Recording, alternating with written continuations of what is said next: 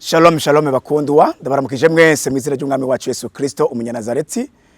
Ndanezerejwe n'Imana kongera kuronka akakanya ko kuganira amajambo y'Imana namwe abakurikirana ibiganiro bica kuri Holy Canal TV. Mu nkundira imbere yuko tuganira amajambo y'Imana, dusenga Imana. Mucunguzi wacu Yesu Kristo, turagushimiye kugira neza kwawe, tugushimiye kuri Imana ikomeye, uri Imana uhambaye, tugushimira urukundo rwawe rwatuzigamye gushikana bugingo n'ubu. None ndasenga umuntu wese agiye kurikirana n'ino jambo mu izina rya Kristo, umuhomugisha, umutahuzi cyo kumuganiriza uzobukoze.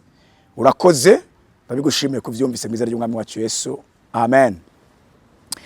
Bene data, ndabahaye kaze tusangira amajambo y'Imana aboneka mu gitabo cya kabiri c'abami, ibice ni 6. Niyo majambo tugiye gusangira. N'amajambo akomeye mere ku murongo wa 15. Haravuga ngo maze umukozi w'uwo muntu w'Imana avyutse kare mu gatondo abona ingabo ziri kumwe n'amafarasi n'imikogote bibakikuje ico gisagara. Uwo mukozi abarira shebuja ati, biracitse databuja, none tugire dute? Aramwishura ati, ntaco utinya kuko abo turi kumwe ari benshi kuruta abari kumwe nabo. Maze Elisa arasenga ati, Uhoraho ndakwinginze humura amaso arabe. Nuko Uhoraho ahumura amaso y'uwo musore araraba, abona umusozi wuzuye amafarasi n'imikogote vy'umuriro bikikije Elisa. Tuvuge ngo amen. Ni jambo ry'Imana ryo kuganira rivuga ngo humura nturi wenyene. N'aya majambo y'Imana agaragara muri kino gitabo cya kabiri c'abami, ibice 6 kugera ku 15, aho tubona umukozi w'umuntu w'Imana yitwa Elisa. Uyo mukozi bivuga ngo yitwa Gihazi. Elisa yaramuvugishwa n'Imana mu Bisirayeli. Elisa yari umuntu w'Imana yaburira Abisirayeli ko abagiye kubatera Abasiriya. Igihe cyose hakogwa amanama mu Basiriya, Imana yabiganiriza umuntu wayo yitwa Elisa, ikamubwira amanama yakozwe kugira ngo vy'ukuri nabo bashobore kwitegura kugira ngo urugamba baruneshe. Ni incuro nyinshi vyabaye, ni incuro nyinshi bakoze amanama, maze Elisa Imana ikayimuhishurira akaburira abantu b'Imana b'Abisirayeli, maze urugamba bakarunesha. Batangura kwibaza ngo n'umuntu ki atugambanira aburira Abisirayeli. Haba umuntu umwe mu Basiriya ababwira ngo rega hari umuntu w'Imana yitwa Elisa, niwe aburira Abisirayeli. Maze baca bagira umuhigo wo gutera umuntu w'Imana yitwa Elisa. Ngo bavyuka kare mu gitondo bakikuza igisagara. Ico gisagara cari nk'umuntu w'Imana yitwa Elisa. Maze ngo Gihazi avyutse mu gitondo asanga igisagara kirakikujwe. Maze Gihazi agira ubwoba. Amaze kugira ubwoba abwira shebuja ati, databuja karabaye, ibara rirabaye, biracitse. Aramubwira ngo baramaze kutugota.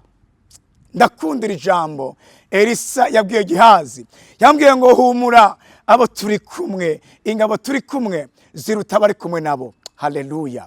Aya masana agira nkubwire ngo nshuti mukundwa, nkumenyeshe ko nturi wenyene, hari ingabo zidukikuje.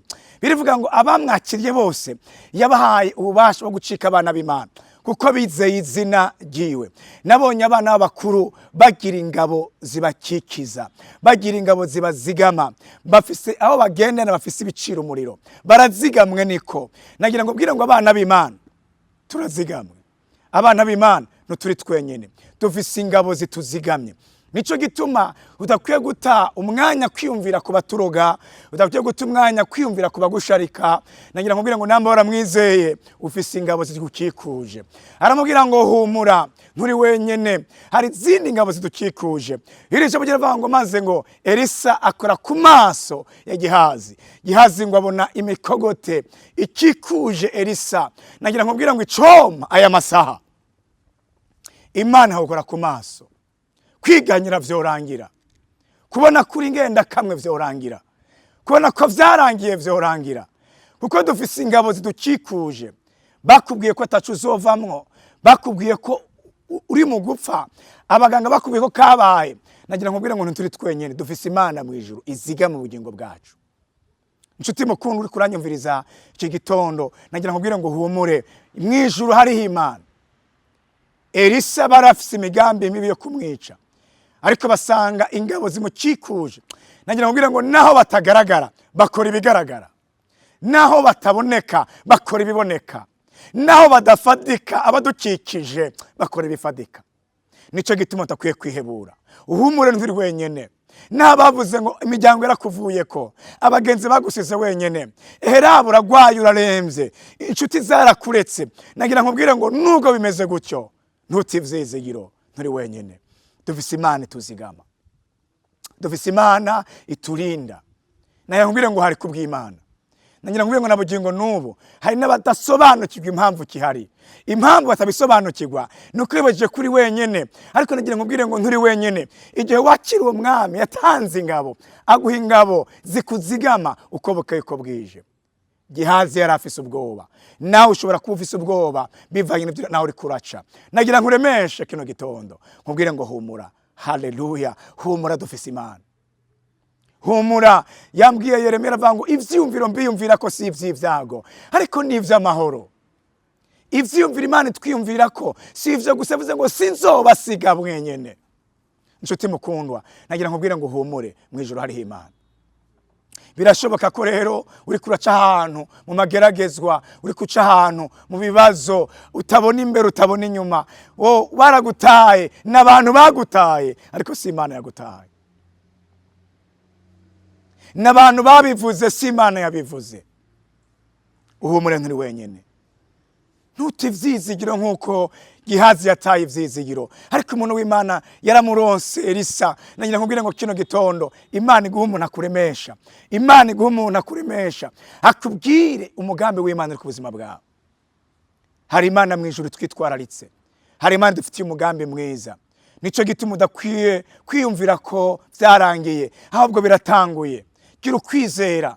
Biravuga ngo abari bamuteye, biravuga ngo arasenga Imana, biravuga ngo bashire ku ruhuni, biravuga ngo Imana ibashira ku ruhuni, ngo arabaherekeza bagera ahantu mu gisagara citwa Samariya.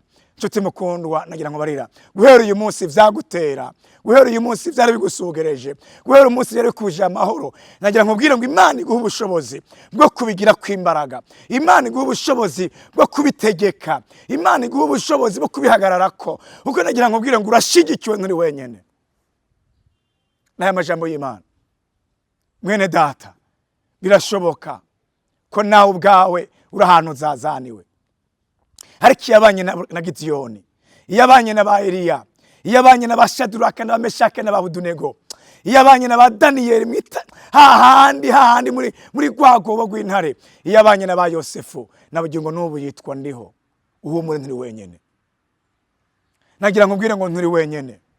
Mwibuke umukozi w'Imana Petero ari mwibohero, hari abamarayika yaramanutse amukura mwibohero kuko yari ahari kubwiwe. Nagira nkubwire ngo nawe birashoboka, ntacu kekeranya, dufise Imana mwijuru. N'amajambo y'Imana bavuze ko bitazokunda, bakubwiye ko kabaye, bayivuze nk'abantu baza kuri wenyene. Ariko nagira ngo dufise ingabo mwijuru zituzigama, dufise ingabo mwijuru zitugurura imiryango. Yesu abahezagire. Tujye gusenga Imana, wizere kino gitondo, wumve ko utari wenyene, ufise Imana. Sinzi nawe ahantu ibintu bigukikuje ivyo ari vyo. Biragaragara ahantu tumaze gusoma Elisa ingabo zari zimukikije z'Abasiriya, ariko nawe sinzi ikibazo ufise, sinzi ibigukikije uko bingana, sinzi intambara uri kuracamwo uko ziri, ariko numva no gusengera Imana. Dufise Imana mwijuru kandi uhumure, nkuko Imana yatabaye Elisa na Gihazi, nawe uyu munsi yo gutabara. Ugira ukwizera aho uri ngusengera Imana. Mana data wa twese uri mwijuru, ndagushimiye kugira neza kwawe, ndagushimiye kuri Imana utabara, ndagushimiye kutwitwararika, ndagushimiye kuzi vyuka ryacu niva hasi ryacu urarizi. Ndasengeye umuntu wese ariko aranyumviriza, ashobora kuba ari muri situation iteye ubwoba, ashobora kuba ahantu ari izore, ata muntu numwe amuhami gwere, ariko ndamusengeye mu izina rya Kristo. Uko wiyeretse Gihazi, uko wiyeretse ba Elisa, uko wiyeretse uri Imana ikomeye ifise ingabo, ndamusengeye mu izina rya Kristo. umuha bamutera intege aya masaha, agira ibimenyetso bigaragaza ko afise abamukunda, abamwiyumvirako, mu izina rya Kristo umwami wacu. Mana uzobukoze, umutabara umubera Imana, umusanga ahari mu izina rya Kristo, mu bimenyetso bifadika bigaragara ko ari kumwe nawe mu izina rya Yesu. Mana uzobukoze, mfashe mpiri imigabo y'ikuzimu, inama z'abapfumu n'abarozi ku bugingo bwiwe, imiyaga mibi yose, inamba mbi zose ndazisenyura mu izina rya Kristo. Ariko ndavuga ngo ubuntu bw'Imana budasanzwe bumukikuze, umucira inzira hatagira inzira mu izina rya Kristo. Mana uzobukoze, nabonye abafise ababo babavugira, ndasenze mu izina rya Kristo umuvuganire, umubere Imana uzobukoze. Urakoze, ndabigushimiye kumugiriye neza mu izina ry'umwami wacu Yesu, amen. Imana ibahe umugisha, mugire umunsi mwiza. Shalom shalom.